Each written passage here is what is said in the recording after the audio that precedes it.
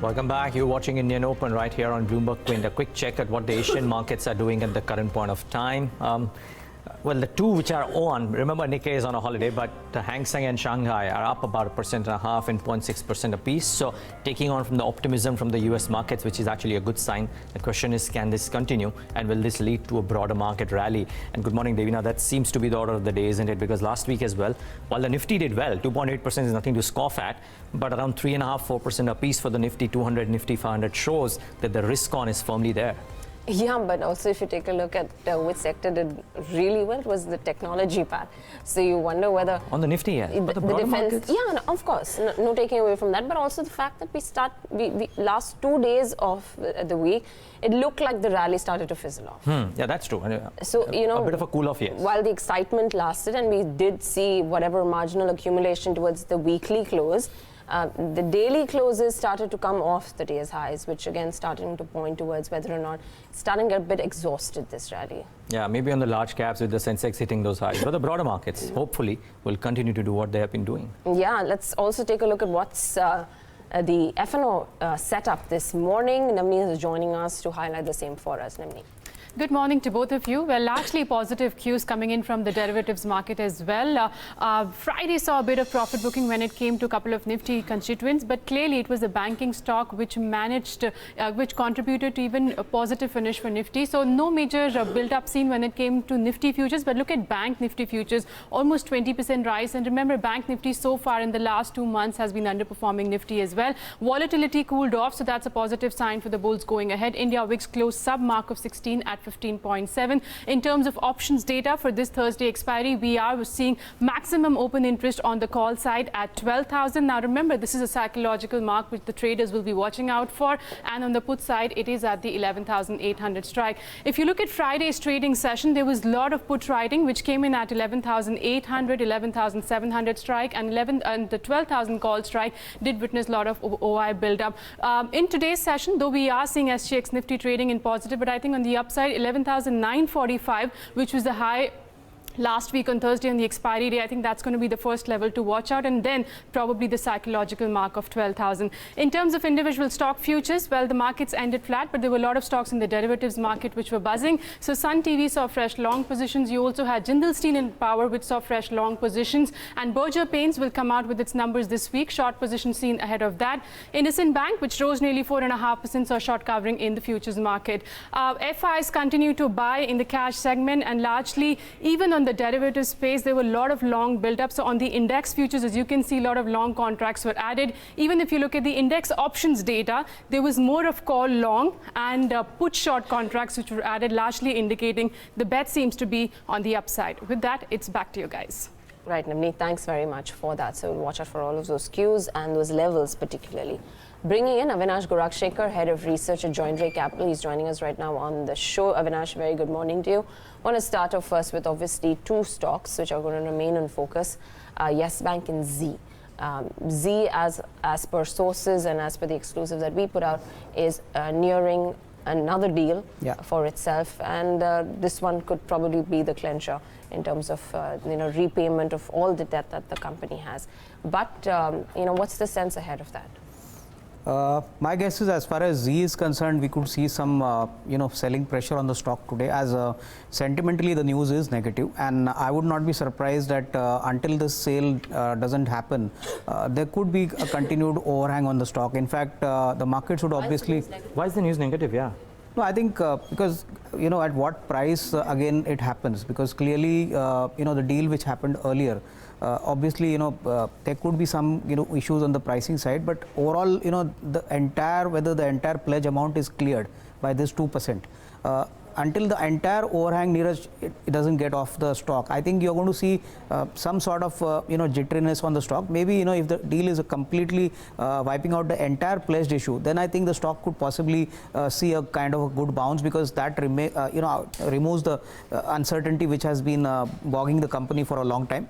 As far as numbers are concerned, Z has come out with a pretty decent set of numbers, and I think the markets would then focus on maybe the fundamentals. But till now, it was only possibly the pledging factor factor which actually kept the stock underperform. And in fact, we have seen a good amount of outperformance on the stock. So we'll like to see what happens today post, once this deal happens. Okay, I don't want you to change your view, but I'm just asking you, could there be a possibility that in the run-up to this deal, the market may believe that if indeed, or the run-up to a possible deal, let me rephrase myself, we do not know if a deal will happen or not, but in a run-up to a possible deal, the market may believe that this might actually mean that the pledge issues of Zee Entertainment at least are out of the window. Whatever happens to the promoters is another thing, individually, but the stock for itself, the issues around the stock and the pledge shares might be over. The valuations are not demanding at all. The numbers have looked okay. Maybe it is positive for the stock, and therefore people might want to buy it, because that's what seemingly happened in the last 2 days. No, I think probably, I think the promoter issue is been the main problem. And as you rightly pointed out that clearly, I think if the promoter overhang on the pledged issue gets cleared once and for all in totality, then I think, Neeraj, definitely there could be a good amount of re-rating, because valuations are not very expensive. They have come down at pretty low levels, and I think the markets would obviously give a premium valuation to the entire business, looking at the kind of cash flows and the kind of other digital businesses which they have been pursuing. So I would believe that hopefully this deal happens and the entire pledged issue is out of the picture. The markets would obviously give it a big thumbs up, and I think already we have seen some run up. I think probably markets would be looking at the fact that whether it's going to be a piece kind of transaction or whether the entire pledge share gets cleared in this one transaction at all. Okay, that's on Zee. The stock, however, in the last 7 days has been up about 30% about 300 at this point. Yes Bank is the other big one, and we've heard a lot about it, and our analyst Shefali has really dissected the numbers in detail. How would you look at the stock now? I think in the near term, Devina, the pain is going to continue. I think the very fact that credit cost is up by 100 basis points, asset quality has further worsened. I would believe that until and unless there is some clarity and some improvement in the asset quality, I would not believe that fundraising is going to be so easy. I think the earlier QIP was made at around 82 odd rupees. So I think clearly pricing for the the fresh capital infusion is also going to be very important. And when it happens, I think the management is pretty confident that it may happen before March 2020. But my sense is that if at all it doesn't happen, then I think it's going to be a lot of challenge and pain for the bank. There have been a lot of names floating in the markets, but I think clearly at this point of time, I would not be surprised that the stock would possibly, see a little bit of a dip, considering the fact that these numbers have actually painted a very bad picture as far as asset quality is concerned. I think to some extent it's going to be avoidable. I would believe that at least till December and March quarter, there's going to be a lot of pain left, on the bank's asset quality. Yeah, well, Yes Bank, do watch out for that one as well in the session today, and we've given you enough about it. I want to talk to Avinash about some of the mid-cap numbers that came out as well, because a clutch of them did very well. Some of them did not actually. But before I do that, let me go across to a research team to try and get you the details of some of those numbers. The good, the bad, not too much of ugly out there, and then try and give you a sense of what could HDFC do in the quarter to come by. So Nikki and Shefali join in for that. Good morning to both of you. Good morning, Shefali, again. But let's start off with the key stocks and news first, Nikki. Sure. Results are mixed bag. 4 set of numbers that we'll be addressing. First up, we have JK Lakshmi Cement, where revenue performance was good despite the weak kind of volume. Clearly, it was realization which aided. And EBITDA performance, lower power and transportation cost aided the margins there. V-Mart Retail, a relatively steady quarter out there. Revenues grew by as much as 20%. The company reported a positive EBITDA, but that was mainly essentially on due to Ind AS. However, the net loss of the company, that has widened due to finance and depreciation costs. Escorts, weak set of numbers reported by the company. Revenue and operating profits both have been falling for the quarter. Net profit to an extent was aided by lower tax expense, but there was an exceptional loss of around 9 odd crore in this quarter. BEML also the same story. The company has reported weak financials with drop in revenue and reporting a loss. It's the high raw material cost which has dented essentially the operating performance of the company. Coal India, again, if you you look at the October month performance, again, not heartening enough. Production has come down by 21% year-on-year, month-on-month basis, sorry. Offtake, that's down by 19%, clearly moving further away from the kind of target that it is set for the entire financial year of around 550 million ton. Indiabull Real Estate, where the company is looking to sell London property to promoters for a consideration of around 200 million pounds. And last in the list, we're looking at Bank of India. Now, this is an ET exclusive where the bank is going to be selling off. It's planning to sell 27% stake in Star Union Daiichi Life for a sum of around 1,200 crore by the end of this year. Along with that, it's also planning to offload stakes in BSE, NSDL and Equifax for a consideration of around 1,800 odd crore. Let's see if that happens. Thanks for that, Nikki. Just a follow-up there on the JK Lakshmi Cement numbers. Did anything in the results make you believe that the stock could do well? How does it stack up in terms of valuations compared to peers and in terms of the numbers reported by the others? So, JK Lakshmi reported a degrowth, but the number was small and relatively the performance was better. But clearly it was the realization which aided the performance. And if you further get into the management interview, which we did some time back, which is going to be playing out, it had a very optimistic scenario for the volume picture for the industry as a whole. But in terms of pricing, it suggested some amount of correction coming in North as well as Eastern region. Okay, which might be a bit of a concern. But volumes may not look as so bad, I would they're clearly presume. suggesting that volumes will now come at a cost of price. So pricing power essentially again could be a challenge for cement industry as a whole. Yeah, well, let's wait and watch. That's not great news, but let's see if that becomes better. Thanks a lot for that, Nikki. On to what's expected today, Shafali. Well, yes, HDFC is expected to report good set of earnings today, so we are looking forward to a net interest income growth of about 21% for them and profit growth of about 32% on a YY basis. Loan growth will be about 16%, which will be led by 17% growth in the individual segment. And this time around, they are expected to receive dividend of about 1,074 crores versus about just 6 crores in the same quarter last year. That's because last year they got their dividend in the first quarter. This time around in second quarter. Profit on sale of investments about 1632 crores versus 891, almost double of what they did in the same quarter last year. So that's expected to aid their bottom line. And they had some exposure to RBL Bank. So they are taking some amount of MTM hit on that worth about 270 crores. There will be a DTA impairment of about 275 crores. So these two will dent the bottom line to a certain extent. Margins seen more or less stable on a sequential basis at about 3.3%. So that's what broadly we are looking forward to from HDFC today. Okay, watch out for HDFC, watch out for some of the others. It'll come later on, and watch out for some reactions to some of the stocks that Nikki mentioned as well. Thanks so much, both of you, for bringing us those updates. Avinash, in terms of companies which have reported numbers, JK Lakshmi, we dissected in detail. What mid-cap cement names stood out for you in this quarter, and a comment on whether you'll buy JK Lakshmi cement or not? Neeraj, I think looking at the kind of commentary and the kind of business conditions, I would believe that maybe for another 1 or 2 quarters, it's going to be tough raising the volume growth. But overall, I think looking at the overall performance, it's been a moderately better performance if you compare it to the other companies. I think within the other mid-cap names, we like stocks like Ramco Cements and Heidelberg Cement.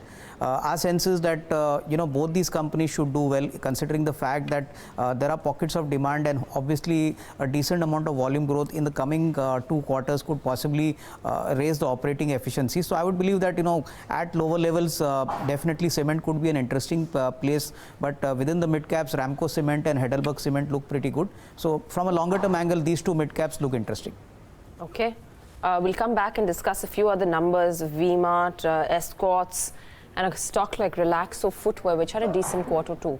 But in just a bit, let's, in the meantime, bring in our technical experts. Ruchit, Jain, technical analyst at Angel Broking, is joining us on the show, along with him Gaurav Bissa, AVP at LKP Securities. Gaurav, let me start off with you on the index, and where does the upside lie now, and whether or not you would take a positive call on the Nifty 50 at this point. Yeah, good morning. If you look at the kind of setup, the kind of data and the kind of momentum that we are seeing in Nifty right now, I would take a bullish view as long as we're not trading above below the levels of 11,850, 855 on the spot side. I would not be too uncomfortable, and we can test levels of 11,970. Probably we can try to test even levels of 12,000 by today or maybe by tomorrow. Then there's a good amount of concentration in the call side at 12,000. There's a psychological level as well, so we might not break that easily. But I think the risk reward for the long side is more efficient at these levels. So for me, it's a long. Keep a stop of 11,855. Play for 11,970. Probably 12,000 for a day or two. Okay. Ruchit, what's your take on the Nifty or the Nifty Bank? Yeah, hi, very good morning to everyone. Well, definitely as of now, there are no signs of reversal on the Nifty front. We have seen a high top, high bottom structure which is still getting continued.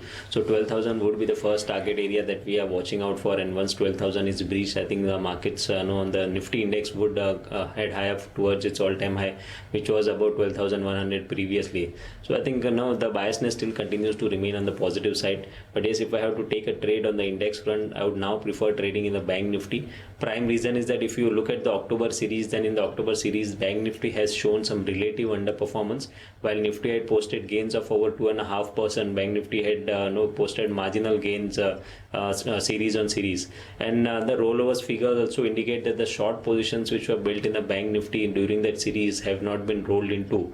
So we are expecting the banking index to show some catch-up rally now in November series.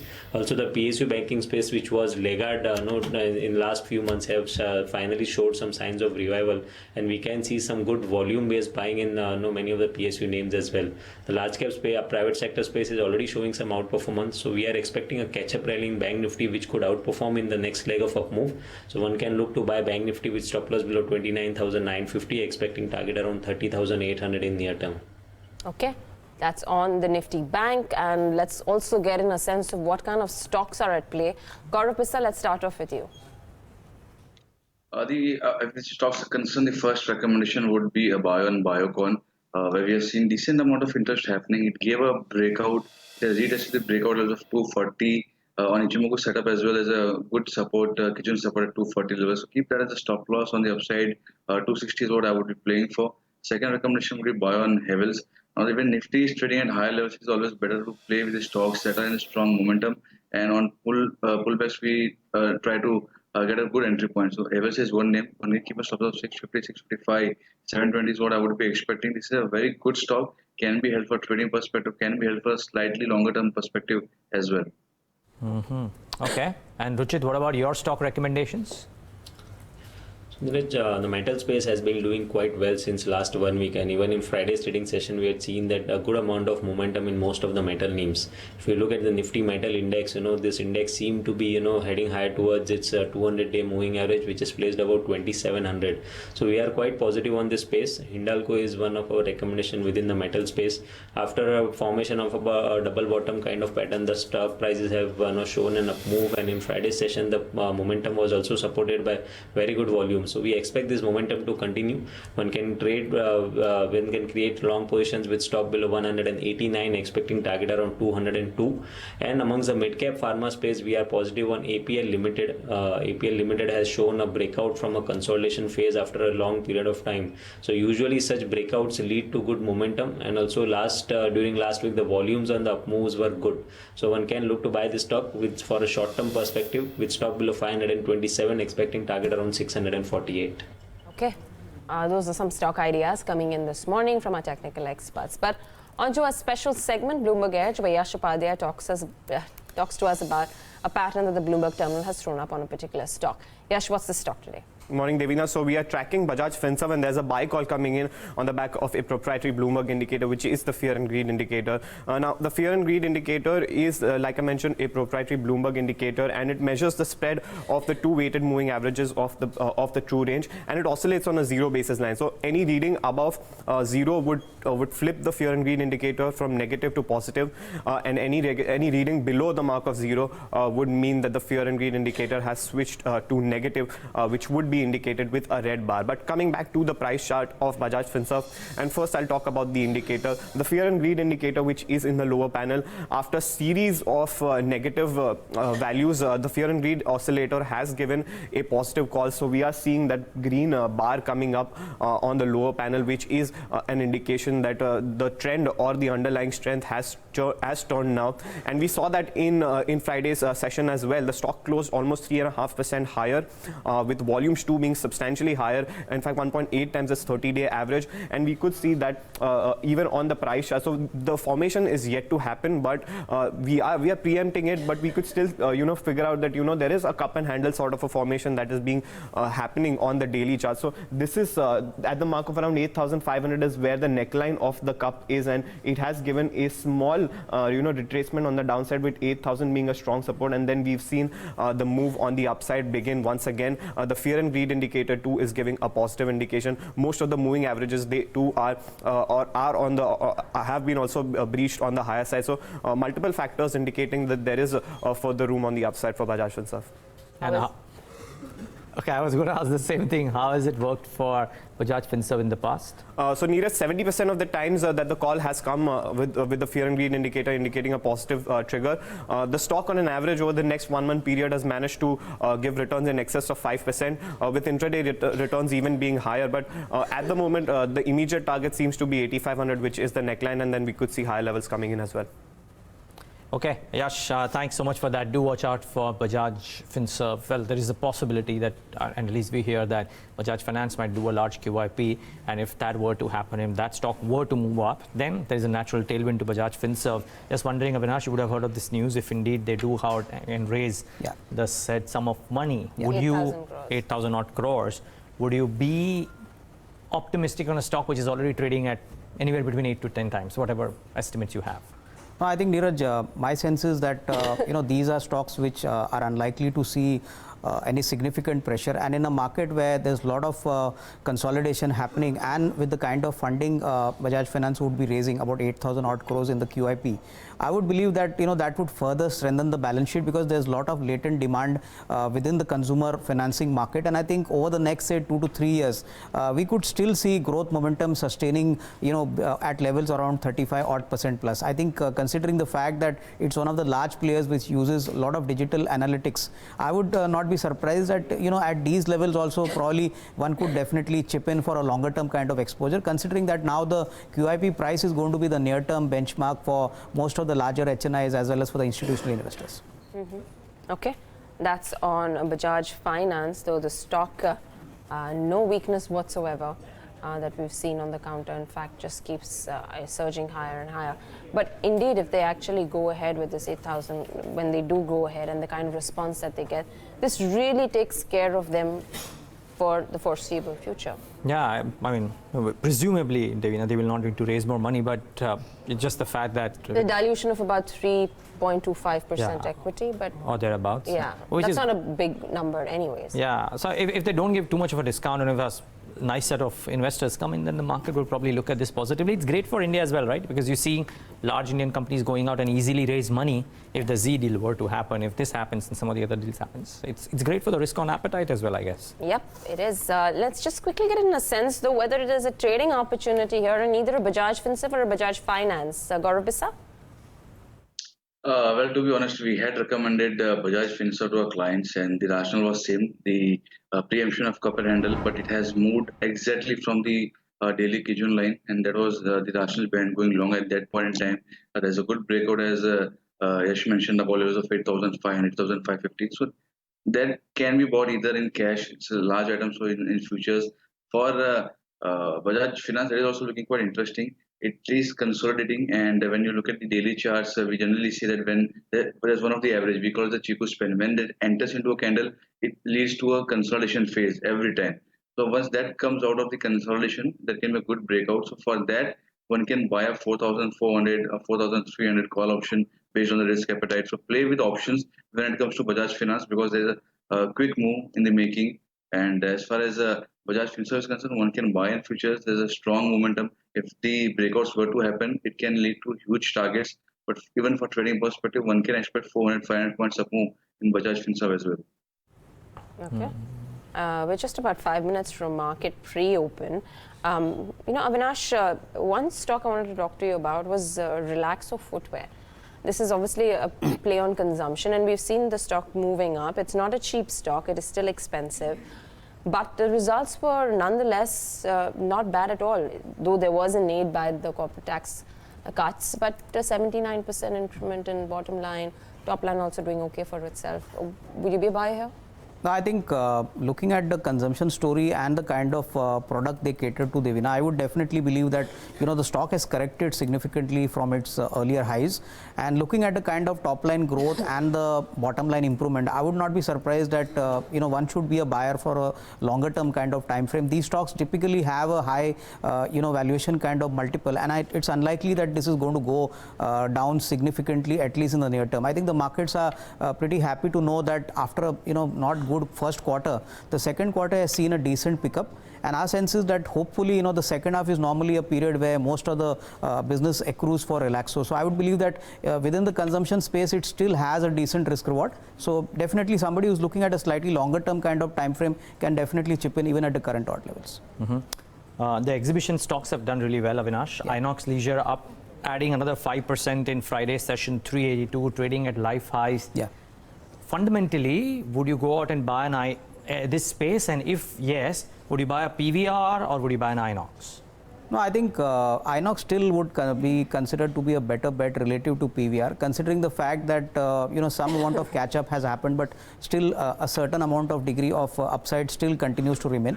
And I think the exhibition space continues to attract a lot of investors, considering the fact that it's a B2C opportunity and not many players operate here. Although it does remain that these are companies which obviously gain from movie releases, and obviously the success of a movie decides how these exhibition stocks do. But longer term, I think Neeraj, these are definitely dependable high mode businesses, and where probably the stickiness of the customer is assured. So I would believe that somebody is looking at a 2-year plus kind of horizon. One could definitely make some money, although valuations at the current level are not very cheap. Yeah, and you see that even when you talk about stickiness, an economic slowdown actually is probably the reason why people will go That was a joke, right? That was such a big joke doing the rounds. So somebody making that comment. No, but the management of PVR actually said that there's something to this economic slowdown which is making people come to theaters to watch movie, probably to divert their mind or whatever it is. But it's the content was strong, and then you continuously see that.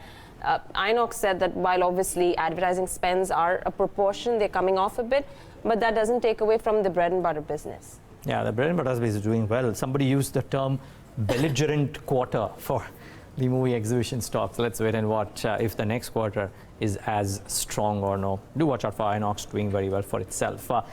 Avinash, I want a quick technical perspective too out here, but very quickly, Avinash, a bit of a risk on in the metal names. Would you buy a JSPL or a JSW Steel or maybe a Vedanta? No, I think, Neeraj, if at all, if given a choice, I would bet on Vedanta, but clearly on the other two names, I would prefer to hold. I think clearly metals have come off from a pretty high level, and hopefully, the US-China trade war ends and some solution comes out. Then I think you could possibly see a significant amount of re-rating, because most of these stocks had actually, got affected because of the trade deal.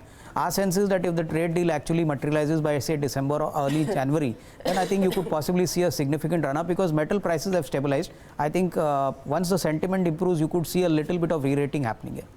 Okay, the 7-day charts of each of these stocks will show you the kind of risk on that is happening here. Ruchit, Jain, very quickly, a JSPL in particular, it's coming out with results as well today or tomorrow, so it's definitely a stock that will react to that too. 7 days, 21%. Do you think there is more in store? Very quickly. I think yes, the prices have shown a breakout above its resistance of 114, and I believe that it would head further higher towards 135 kind of levels, which is around 200-day moving average. So any existing positions should be held on for target around 135. Okay, we're just about 34 seconds left to go for market pre-open, so let's focus attention there. Asia as a pack is, in the positive, but not a really big bang move of sorts. Okay, actually it is. You've got about 1.33% higher for Hang Seng. Shanghai is up almost 1%, while Japan stays shut today. For the SGX Nifty, we're up at 34% right now at 11,970. Coming to our markets, it's going to be important to see whether or not we could rescale those Thursday highs and make our way towards that 12,000 mark. The Nifty 50 in the pre-open ticks up on your screen in the green for the Nifty. For Sensex, we're up about almost 1%. So we'll watch out for the index in just a few moments. But individual stocks again, Yes Bank, the big one that we need to watch out for, is down about 10% in pre-open. Tata Motors is also lower in the session. Remember, The auto sales numbers for the month of October for Tata Motors also came in lower than street expectations. Stock's down about 10% right now. Power Grid is down about 2.5%. Z is down, some amount of profit taking, but not a big cut. Z is just down about 1.5%, still holding that 300 marker. And Coal India is down about 0.5%. What is up is Bharti Infratel. That's up about 3.5% after that selling that you saw for days in a row. The stock is finally seeing some bit of a resurgence in the last few trading sessions, and today also, at least on pre-open, is up. Vedanta is up about 3% Eicher Motors, 2.5%. Axis Bank, Dr. Reddy's, SBI, and SBI continues to gather more steam. 318 now for SBI. This particular week has been really good. Indian Oil, you've got Britannia, L&T, all of them holding ground, about 0.75% apiece. And then taking a look at the currency, it's some strength today. So 70.56 is what you got, 1/3% stronger this morning. 2 or 3 names. Central Bank, it's looking like it'll be amongst the top gainers on the Nifty 500. Good set of numbers and the stock duly reacting. Let's see if Indiabulls Real Estate is reacting to the piece of news about they're selling the London property to promoters for £200 million and 5% higher. And JK Lakshmi Cement, the third one. Let's see if that is reacting. Lastly, Escorts. Just one last one. JK Lakshmi reacting positively. Escorts, not the best of quarters. May start off marginally lower. Let's wait and watch if that happens. Okay, Relaxo Footwear, the last one. And then we'll revisit some of these names. Once again, post the pre-open session is done. 16%. That's well, that's a stellar move. It may let's wait and watch. Let's give these rates a chance to stabilize. But yeah, certainly these are the stocks which are in focus. And then we'll focus on some of the momentum boys too. But first, get in Samit Sarkar, who joins in with the top brokerage calls for the day. Samit, morning. Good morning, Neeraj. On the big brokerage calls for the day, first, today we have is UBS on Reliance Industries, where they have maintained their buy rating on the stock but have hiked the target price to 1,750 from 1,500 rupees. Now, according to the brokerage, the reorganization could unlock significant value at the platform entity or even at the geo level, says the brokerage. Now, along with this, it also says that the digital platform strategy of Reliance Industries is a compelling investment proposition, and the company is currently on track towards its deleveraging and right-sizing of the balance sheet. Now, despite a negative free cash flow in financial year 2019, the brokerage thinks that the company has corrected its course in the recent months by demerging its tower and fiber assets through InvITs and by potentially completing the InvIT transaction by the end of financial year 2020, and by also partnering by foreign players in the energy verticals and by reorganizing Geo. And because of all these factors, the brokerage has increased its target price on Reliance Industries by around 250 rupees to 1,750. Well, we'll watch out.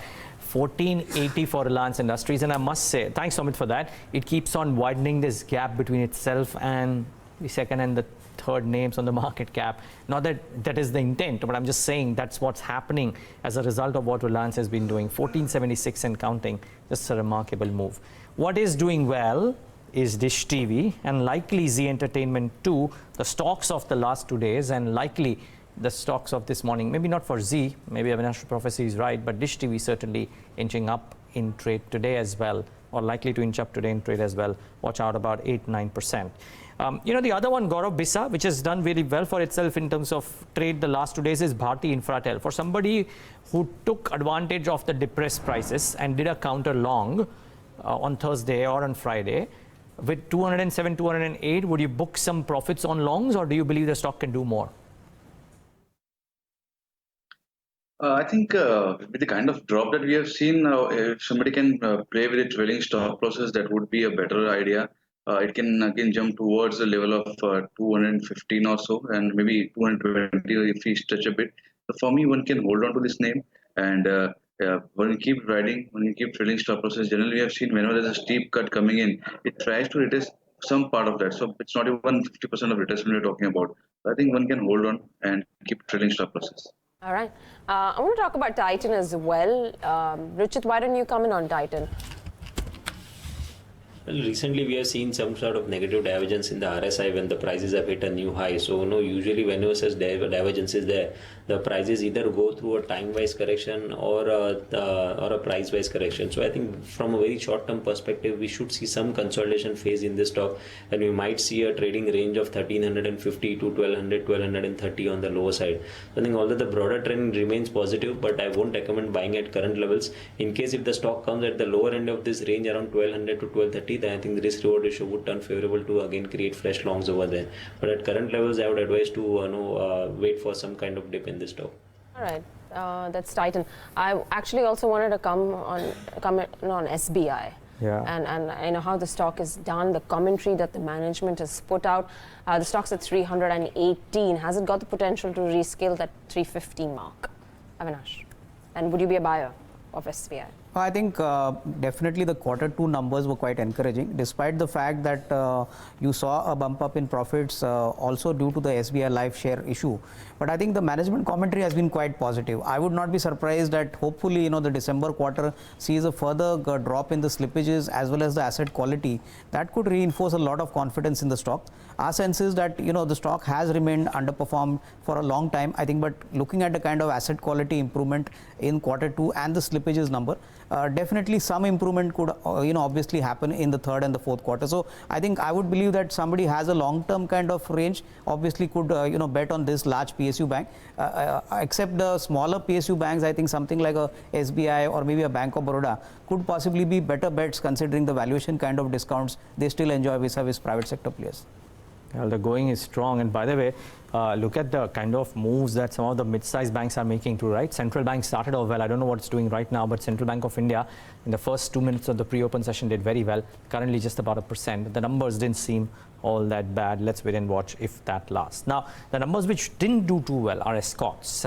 The numbers came in below what the street was working with. Their EBITDA margin performance not the strongest either. Avinash, is the numbers a story of the past, and therefore if you look at the future it doesn't seem all that bad, or would you give cognizance to this and the fact that the pain may not recover anytime soon and therefore not go out and buy this? Is this query regarding escorts? Escorts, yes. No, I think my sense is, I think Neeraj, the monthly numbers have shown a slight improvement. In fact, numbers have actually moved up marginally. But if you look at the inventory in the system, our stocks with some of the tractor players indicate that inventory in the system has reduced considerably, and possibly maybe the third and the fourth quarter could be much better than the first half. So I think from a higher level, escorts has come down. There has been an exceptional loss of 9 crores. This may not happen in the coming quarters. So net, I think I would believe that within the tractor players, if one were to compare Mahindra, which has got other businesses, and Escorts, which is a pure tractor player, I think the company is fairly comfortable on the debt side of the balance sheet. Very little debt.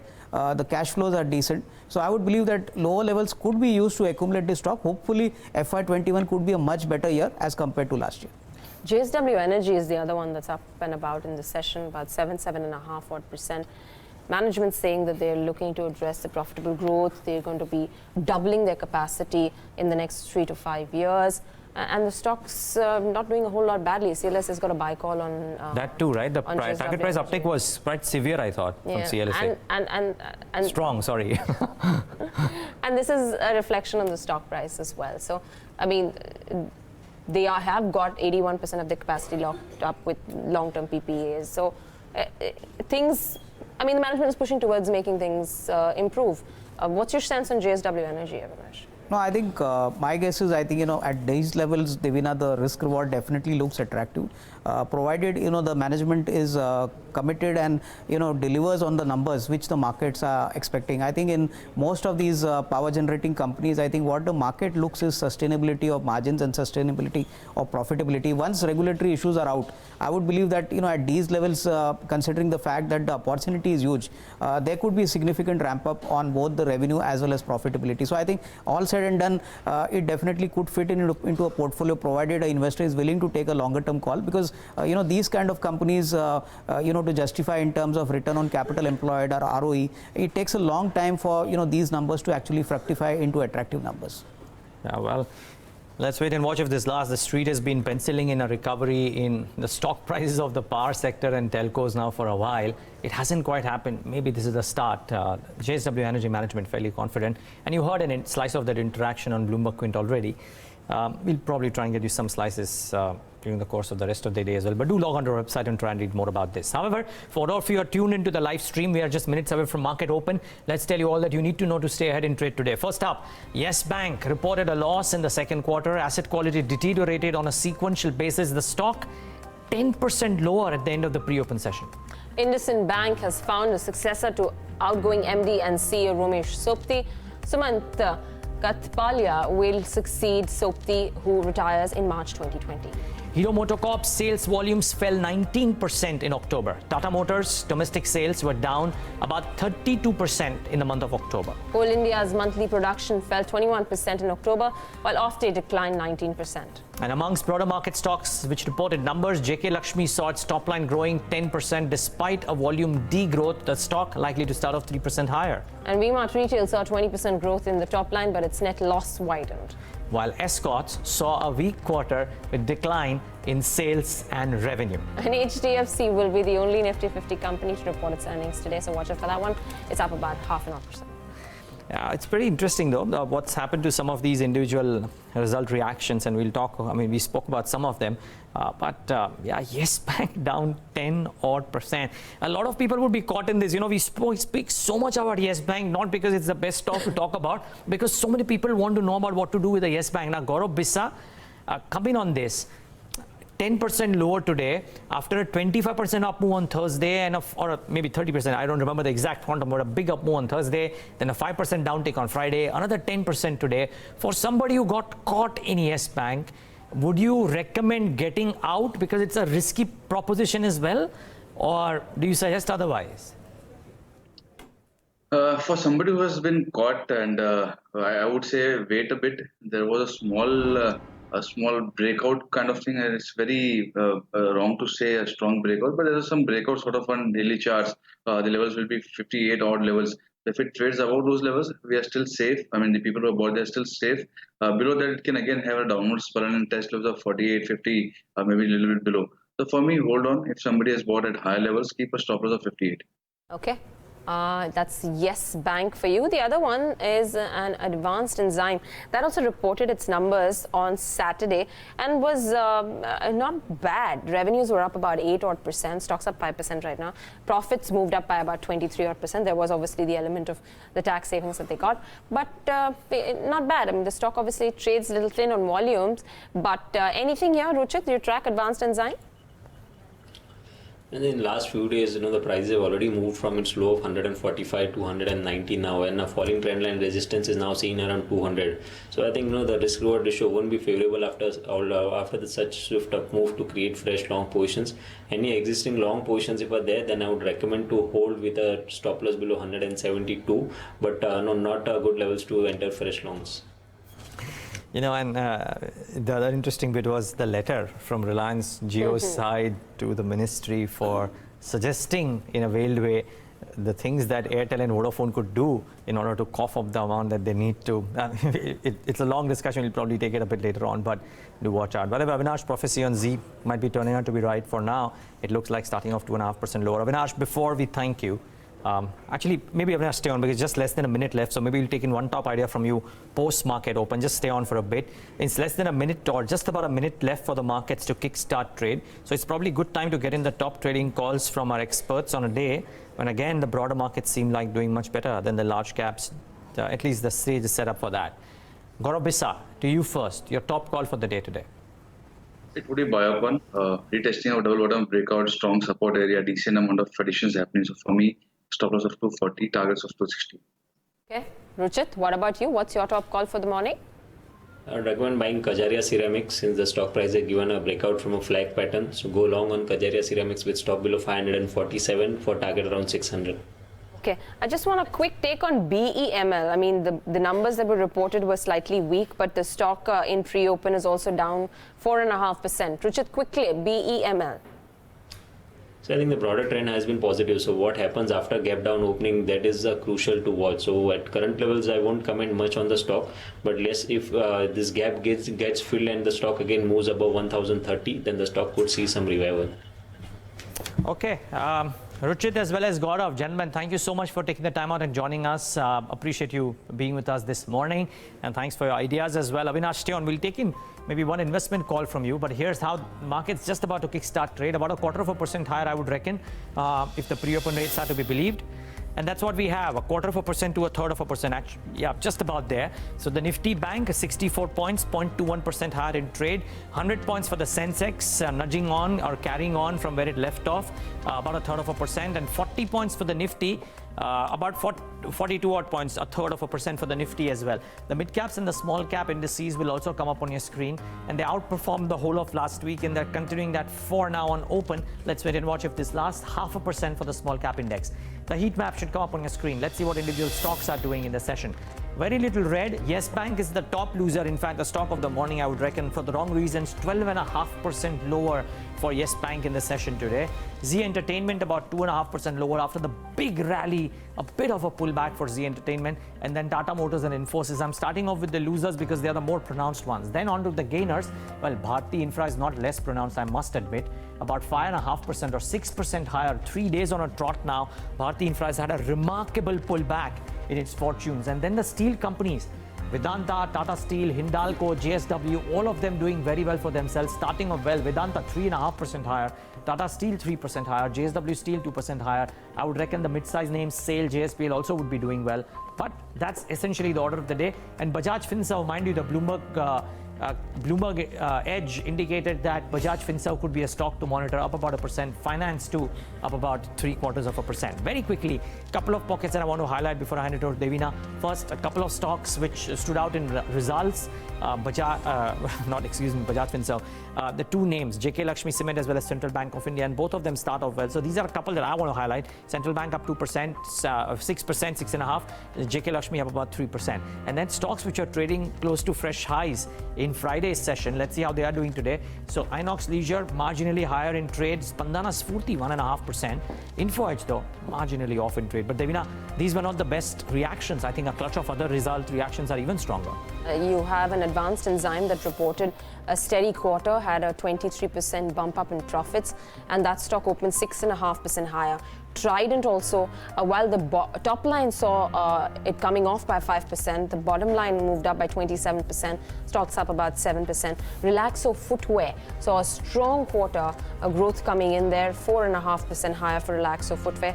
JSW Energy on CLSA's note, and also the fact that the company has been, really pushing to make sure that they achieve profitable growth. They've talked about doubling capacity in the next 3 to 5 years, stocks up 6.5%. And then you've got the likes of BF Utilities continues to see some strength. Indiabulls Ventures is up about 5.5%. Lakshmi Vilas Bank, Indiabulls Real Estate, they've sold some property in London. And then you've got the likes of Jain Irrigation, which is up in today's session. Shree Infra, that's a smaller stock again, but you've got some interest there.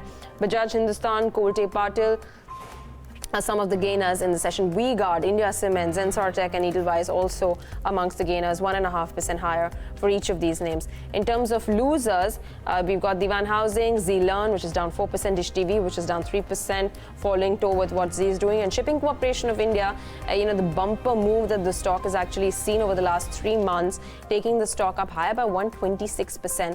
That sees some amount of drain in today's session, down by about 2%. Okay, one last question to Avinash, Gorakshakar, and mind you, the markets are going very well for themselves. Sensex above, significantly above some key levels, and at 40,359, doing rather well for itself. Avinash, in these times now that we are at fresh record highs, would you put in fresh money to work at the mid-cap end of the market, and if so, one stock idea from your end? I think, Neeraj, from the paint space, we like a company called, Kansai Nelorek. Our sense is that the management commentary post the Q2 numbers has been quite positive, and I think we could see a good bounce back in both volumes as well as margins. So over the longer term, say over the next 12 to 18 months, there could be a decent risk reward, probably levels of 620, 630.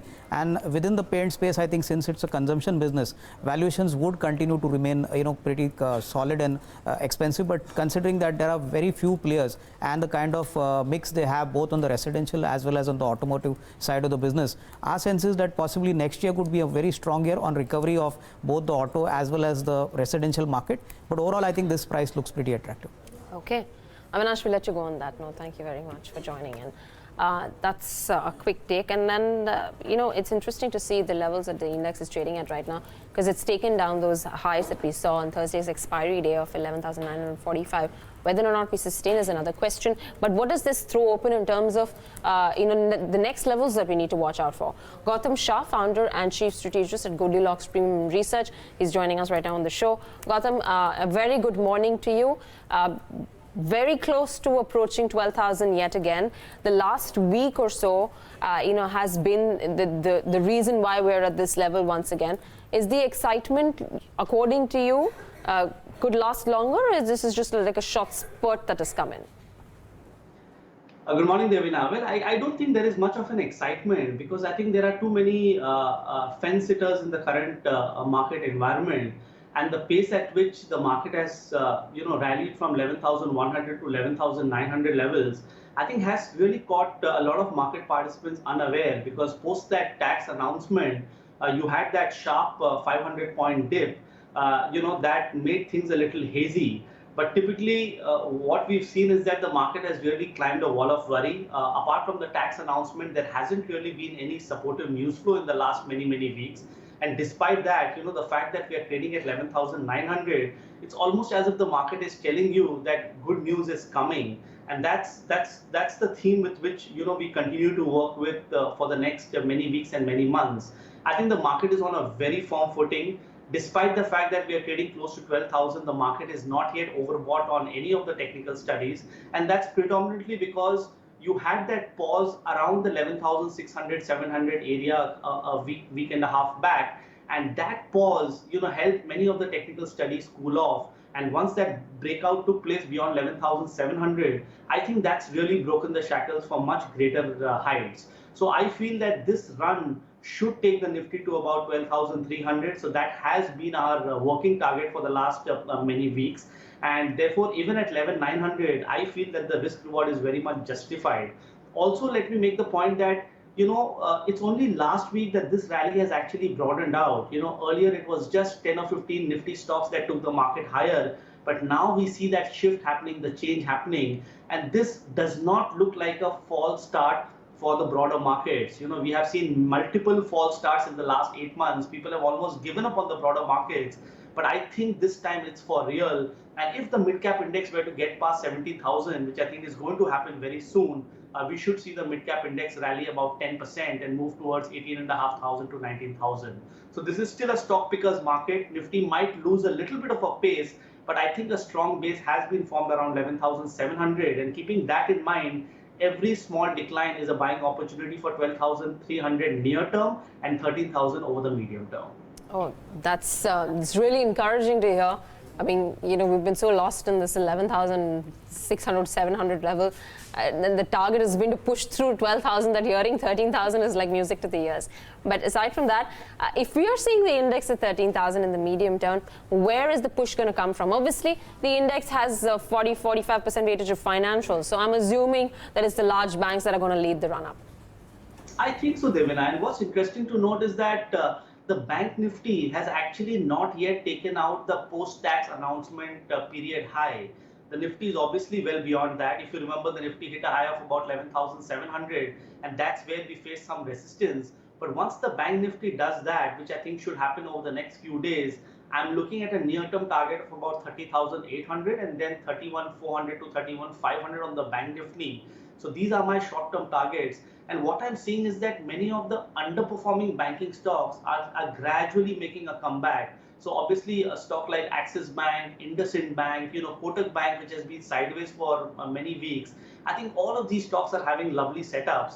And the top quality names, an HDFC Bank, might just start to underperform. So I think the theme going forward into the next 3 to 6 months is that all those names that did very well in the last 6 to 18 months and where portfolios were hiding into might actually start to underperform. So the point is, top quality might start to underperform, and some of the underperforming names of the last many months might actually start to do well. So banking is right up there, capital goods, auto, and oil and gas with what Reliance has done, I think these are some of my best bets. And I think the dark horse in the current environment could be pharma. I think a 3-year bear market in the pharma space could be completing. And if that is the case, I think a 20% run up on the index over the next 6 months looks very likely. And this is not a space where many people are looking into. So we are a little excited there at Goldilocks.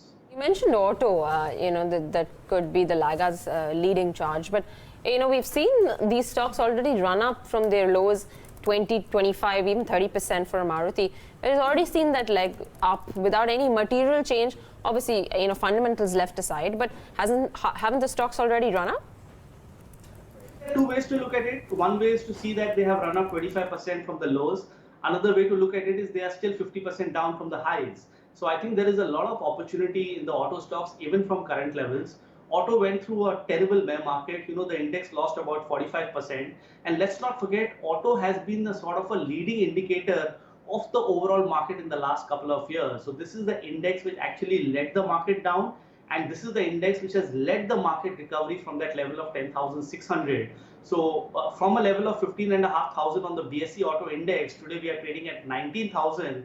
It's a sort of a U-shaped recovery which is taking place, and it is unlikely to end till the index tests the level of 21,000. So I think there is still a lot of money to be made. So names like Maruti, Tata Motors, Bajaj Auto still have lovely setup from a medium-term perspective. You could have small dips from time to time, but I think there are a buying opportunity, and you need to be overweight on auto going into next year. Gautam, good morning. Neeraj here. Since you're talking about pockets which are underperforming in the past, I'm going to pick up two. One of them that you mentioned, which is capital goods. Now, typically when we hear about capital goods, the only one the name that comes up is Larsen & Toubro. Now, my question to you is, would you believe that is something that could lead, or would you believe the broader end of the capital goods stocks might come up? Because L&T, for all its fanfare and the size and the optimism, as a stock has done precious little. Yes, it has, Neeraj. In the last many weeks, it has done a little. But let's also understand that this is a stock which actually did very well in the bad times. So it actually saved a lot of portfolios, while the market fell from levels of 12,000 to 10,600. But since my bigger call is that the entire rally is going to broaden out, I think it's going to happen in the capital goods space as well. And I think most of the stocks, the top 5, top 7 stocks in the capital goods space seem to have bottomed out for good. And if that is the case, I think a foundation is being laid for a much bigger rally. So yes, you need to have a sizable exposure to L&T for sure. I think the charts look great over the medium term. But I think, even the mid-cap capital goods, I think looks very interesting at this juncture. Just to talk about levels, the BSE Capital Goods Index, if I'm not wrong, is trading around 19,000. It's an important problem level. Once that is taken out, I think a 21,000 for that index looks likely over the next 3 months. Wow. Well, that's interesting. The other one, and maybe you mentioned it, maybe I didn't hear, Gautam, is metals. We've started that inching up process. I think some of the stocks have rallied anyway. Stocks have rallied anywhere between 10% to 25% in the last few days. The index up 2.5% today as well. Do you sense more in store for this one? You also look at global commodity charts as well. So does all of that tie in? Well, I think metals is not in the perfect space to be a buyer. I think there is still not much clarity on the charts. The fact that they are down so much that people are looking for spaces where the stocks are trading closer to supports, and probably at 11,900, metals is the only index that offers value in that context. So yes, certain pockets in the metal space will do well. Tata Steel, I think, has a lovely setup over the medium term. But I think I wouldn't want to work so hard trying to take out returns from metals. I think the other pockets that I mentioned will do much better, and I think will give you much cleaner returns and much bigger returns. But I think pharma, which I mentioned earlier, I think has been the big underperformer of the last 3 years and is likely to make a sizable comeback in the days ahead. So if you want to look at one underperforming name, I would rather go for pharma than metals. Okay. Gautam, where is it you mentioned that the outperforming pockets might start looking a bit skittish in the next few weeks? Where is it that you exercise maximum caution from amongst the performing pockets? Well, there is no reason to exercise caution as such, Neeraj. The point is they might just underperform by staying sideways. Earlier, whenever the Nifty rallied, people complained that just handful of 10, 15 stocks are doing well, and this trend continued for almost 15 months. But I think this thesis is now going to change. So all your top stocks like a Bajaj Finance or an HDFC Bank, or maybe even an ITC, a Reliance, I think some of these stocks might just take a bit of a backseat by just trading sideways, and the other pockets in the market might take it over. It's almost like a relay where the baton is being handed over to some of the other names. And I think this is going to be good news because this is going to attract more participation. And as I said, people have complained about this, and the mid cap and the small cap index performance of the last 1 week suggests that this breakout which is happening is for real. And it's only when the mid cap start to do well and people make money will the confidence come back. And I think this is going to come back over the next 4 to 6 weeks. Gautam, not asking you for specific targets or recommendation on individual stocks. I don't know whether you're at liberty to talk about them now, but considering that we didn't speak to you during Diwali, maybe you can just toss up a Diwali idea for us. Just something that's maybe looking attractive to you, that has the potential, not necessarily putting targets on the upside, but something that you're watching out for. Well, again, I would refrain from giving any stock-specific idea at this point, maybe in our next interaction. But I think the banking space, some of the laggards there are looking very interesting. Stocks that have come off 30-40% from the highs. I'm not talking about the smaller price stocks, but in the mid-price stocks, I think there are some very interesting names which I like. Okay, Gautam, we'll leave it at that. Thanks so much for taking the time out and being with us today, and wish you all the best for Goldilocks Premium Research. We hope you do really well. Thanks, Neeraj. Thanks.